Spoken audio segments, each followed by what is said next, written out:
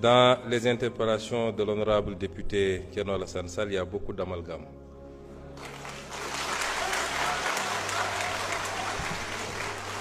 Je n'ose pas mettre ça dans la mauvaise foi, mais je pense qu'à un certain niveau, il faut prendre le temps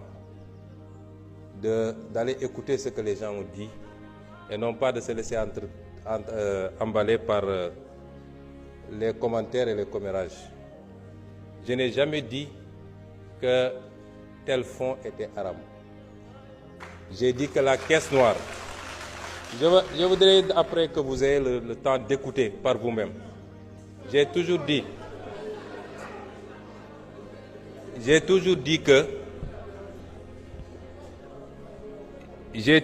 que dans un pays, il faut qu'on soit très clair, dans un pays, avoir des fonds qui sont laissés exclusivement à la discrétion d'un homme, fût-il président de la République, qu'il peut utiliser à sa guise, qu'il peut donner à qui il veut, qu'il peut même mettre dans une pièce, mettre de l'essence et allumer, c'est inadmissible parce que c'est l'impôt des Sénégalais.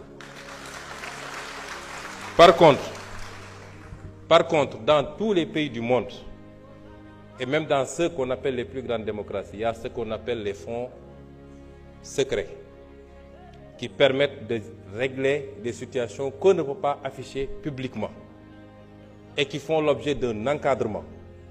Et en étant député ici, et en étant dans l'opposition, j'avais fait même des propositions sur cet encadrement-là.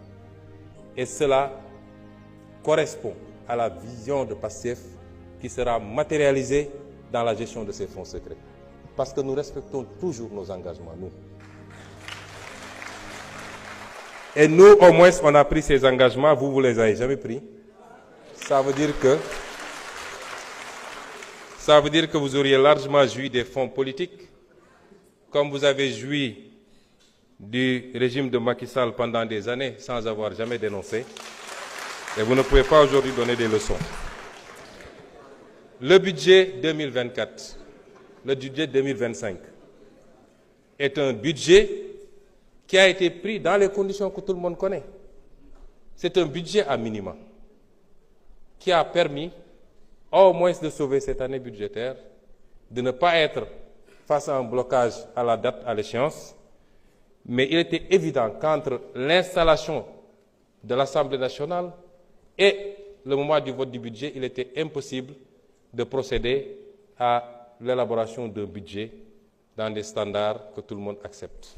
Et c'est pourquoi nous sommes en train de travailler à la loi de finances rectificative que vous appelez, qui sera celle qui sera réellement conforme à notre programmation. Et austérité, c'est vous qui l'avez dit. Nous ne sommes pas dans l'austérité. C'est l'impression que vous ne comprenez pas ce que c'est que l'austérité. Nous ne voulons pas que le pays s'arrête malgré la situation difficile. Nous voulons aujourd'hui travailler malgré tout, en faisant des efforts sur nous-mêmes, à dégager des marges budgétaires qui nous permettent, tout en continuant à respecter nos engagements, aussi bien par rapport à la dette intérieure que par rapport vis-à-vis de nos engagements internationaux, de pouvoir avoir des marges budgétaires pour lancer le programme Vision 2050.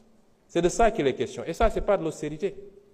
Parce que nous sommes très conscients que la plupart des pays, quand ils sont confrontés dans cette situation, le premier réflexe, c'est de tomber dans le piège de l'austérité.